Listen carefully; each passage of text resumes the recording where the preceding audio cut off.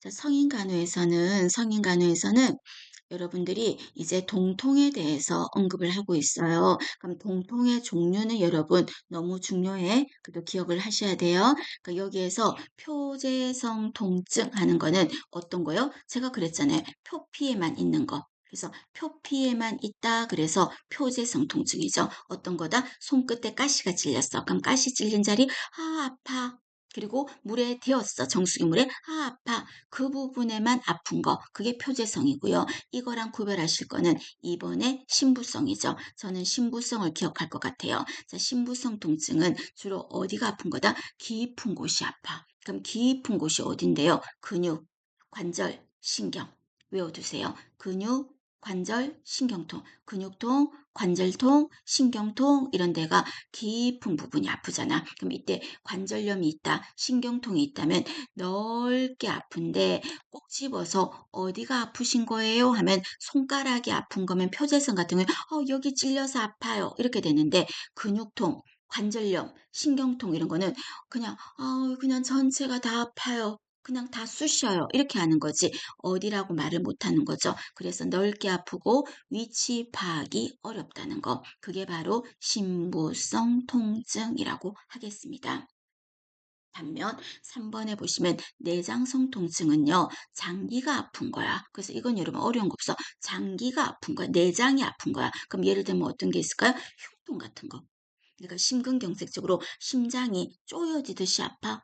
그리고 내가 위궤양으로 위가 있는 자리가 너무 아파. 그럼 그 장기만 아픈 거잖아. 그런 거는 내장성 통증. 근육, 관절, 신경 그 말 해야지 신부성이라니까. 됐죠? 구별하시고. 그 다음에 가장족포처럼 많이 물었던 거는 그래도 환상통이죠. 그리고 방사통이에요. 그럼 환상통은 어떤 단어가 떠올라야 된다? 사지. 사지. 잘린 사지. 사지가 나오면 환상통이에요. 반면 방사통은 여러분 어떤 거야? 멀리 떨어진 다른 부위에서.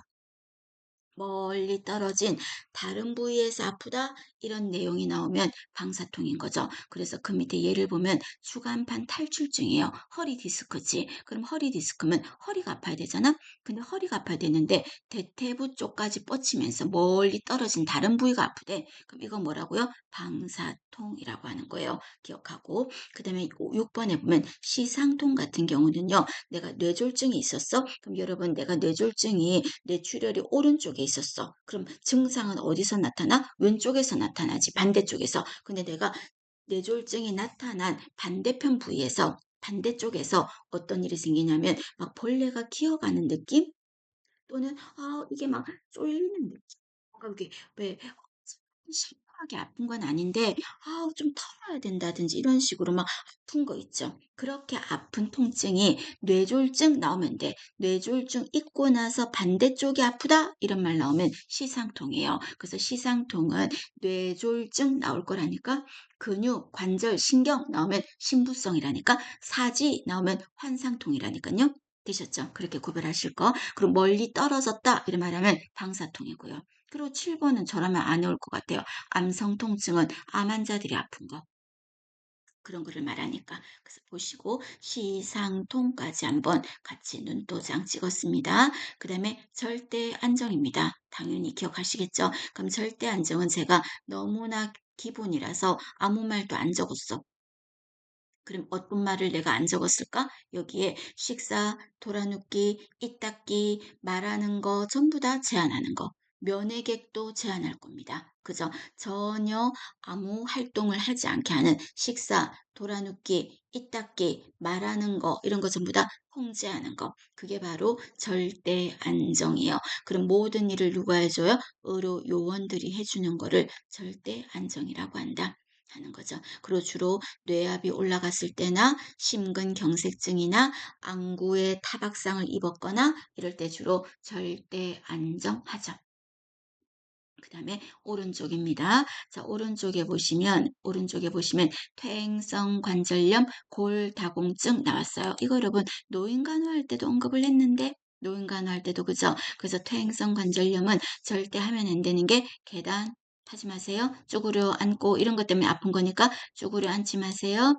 오랫동안 걷지 마세요. 등산 이 사람들한테는 계단 계속 무릎을 왔다 갔다 구부리고 펴고 하니까 안 좋습니다. 이거예요. 기억하고. 그럼 이 환자한테는 어떤 운동이 좋다? 쭉쭉 뻗는 게 좋아요. 수영 기억하셔야 되겠죠. 수영이 좋다. 그리고 살이 빼야 돼. 안 그러면 무릎 관절 같은 데 힘이 드니까 체중도 조절하고 이런 거가 들어갔어요. 반면 골다공증은 왜 생긴 거예요? 폐경. 그 말은 다르게 말하면 에스트로겐이 부족해서. 그럼 이 에스트로겐이 부족해서 생겼으니까 칼슘 뼈를 튼튼하게 하는 것도 뽑고 에스트로겐 같은 것도 투여하고 그리고 골다공증 환자에게 제일 좋은 운동은 걷기. 그리고 또 하나 한다면 등척성 운동 적으셔도 되겠죠. 등척성 운동. 그리고 이때 뼈를 튼튼하게 하는 게 칼슘, 에스트로겐 또 뭐가 있을까? 비타민 D요. 뼈하고 상관 있잖아요. 그리고 또 갑상선에서 분비되는 칼시토닌 같은 거를 투여해야 되겠죠. 그게 골다공증이다. 그럼 이때 골다공증은 술, 담배도 좋지 않습니다. 하는 겁니다. 봐주고 그 다음에 노인에게서 가장 흔한 골절이 무엇입니까? 이래 말하면 고관절 골절이에요. 그래서 엉덩방아 pik 찍으면서 고관절이 부러지는 게 노인한테 가장 흔하다. 기억을 한번 해주시고 자, 그 다음에 밑에 보시면 수근관 증후군이라고 했어요. 자, 수근관 증후군은 손목 부분이 어떻게 했다? 구부러졌다. 손목이 구부러졌다. 그런 의미거든요. 근데 이거를 어디에 문제냐면 자, 그림을 보시면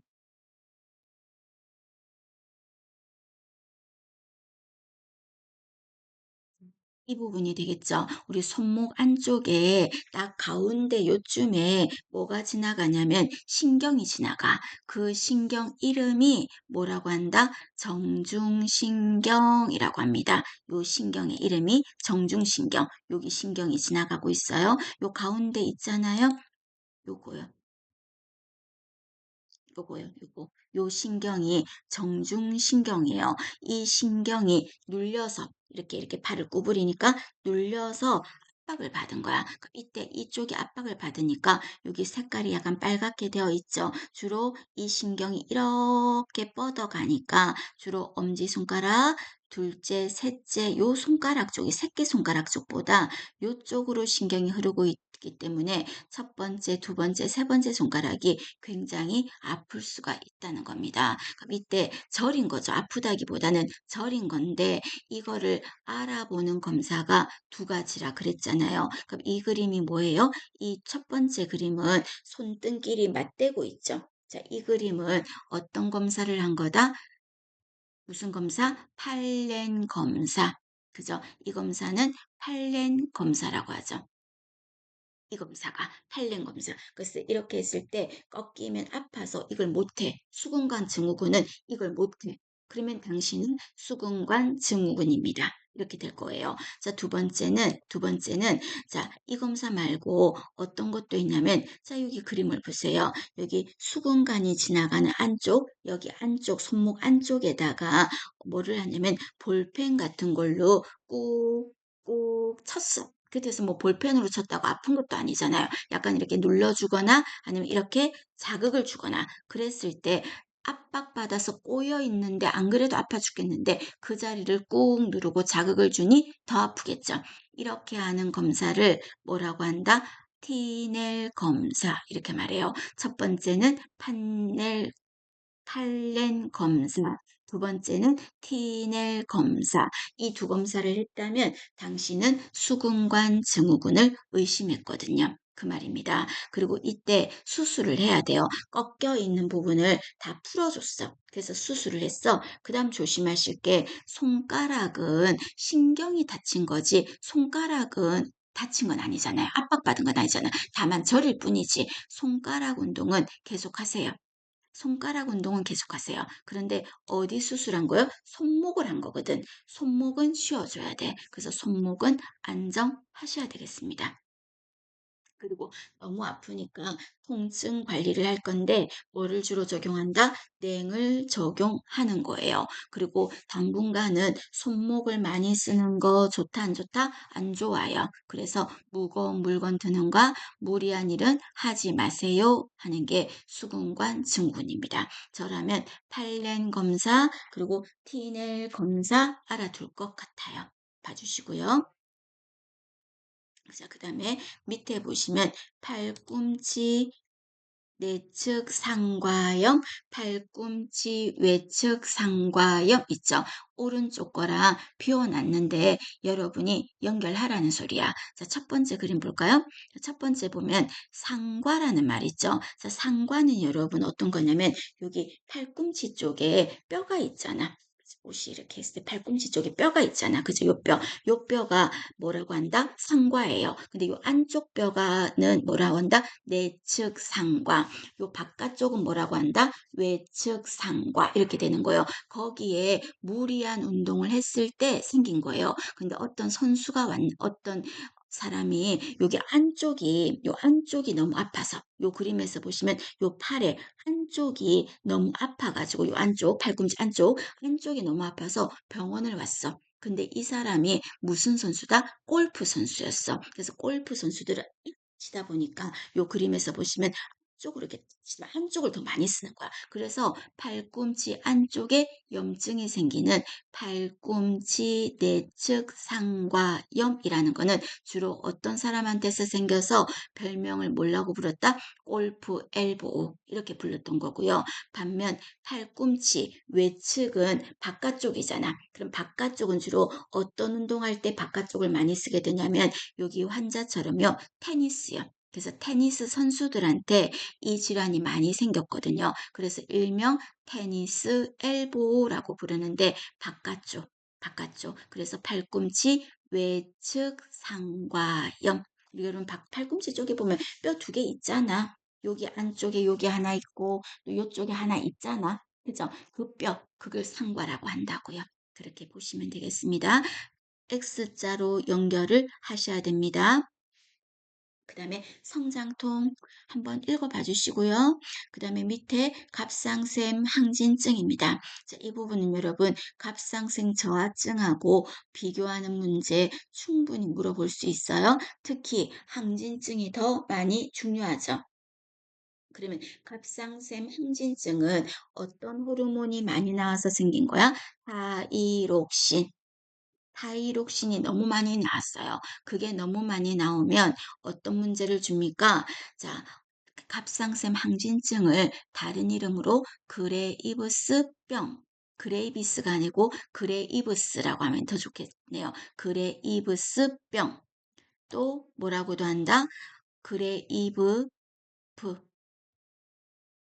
이렇게 부스병 또는 바제도시병이라고 하거든요. 이건 항진증이야. 그럼 이 항진증일 때는 보일러가 계속 돌아가니까 어떨까요? 더워서 참을 수가 없어요. 그래서 더위에 예민하다. 그리고 땀은 많이 나겠죠. 더우니까 발한. 그리고 또 이때 손끝이나 눈꺼풀 혀 같은 게 약간 파르르 떨려. 그게 대사장애의 문제로 생기는 거거든요. 손끝이나 눈꺼풀이나 이런 데가 파르르 떨리는 거. 그리고 또 이때는 밥맛은 끝내줘요. 식욕은 좋아요. 식욕은 좋은데 내가 에너지를 먹어봤자 내 몸에서는 보일러 떼는데 내 에너지를 다 써버려. 그러니까 내가 밥은 많이 먹고 식욕은 좋은데 체중은 어떻게 될까요? 보일러 떼는데 다 써버리니까 체중은 감소돼요. 그리고 또 안구는 약간 튀어나와요. 그 갑상선은 커져 있고요. 그리고 또 보일러를 막 떼니까 여러분 생각해봐. 변비하고 설사 중에서 장이 막 보일러 떼서 과잉으로 되면 변비가 많을 것 같아요. 설사가 많을 것 같아요. 설사. 그래서 설사도 잘 생겨요. 그러면서 심장이 보일러 떼는데 막 뛰어야 되니까 맥박은 어떻게 된다? 빨라져요. 그리고 가슴도 어땠다? 두근두근 거리고요. 그리고 더 중요한 게 정신적으로 어떻다? 불안정해져요. 그래서 약간 모두가 변화가 심해요. 그게 증상입니다.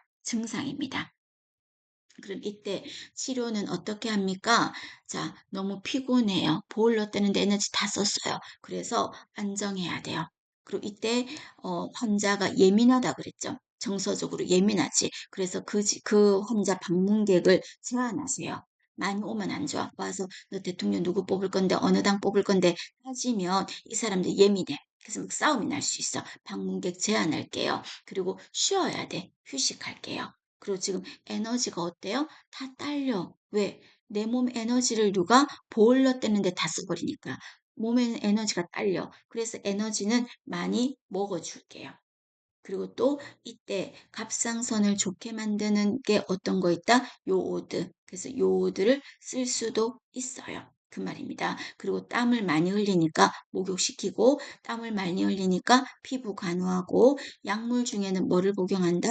진정제 복용하고 진정제 복용하고 왜 흥분하니까. 그리고 또 이때 그래도 도저히 안 된다면 갑상선 잘라낼게요. 근데 시험 문제에서 갑상선 수술했는데 환자에게 말을 시켜보는 이유는 이럴 거야. 갑상선 옆에 여러분 뭐가 딱 밀접하게 붙어 있다? 후두가 붙어 있어. 후두가. 그런데 갑상선 수술하다가 여차 잘못해서 후두의 신경을 다치게 해버리면 환자는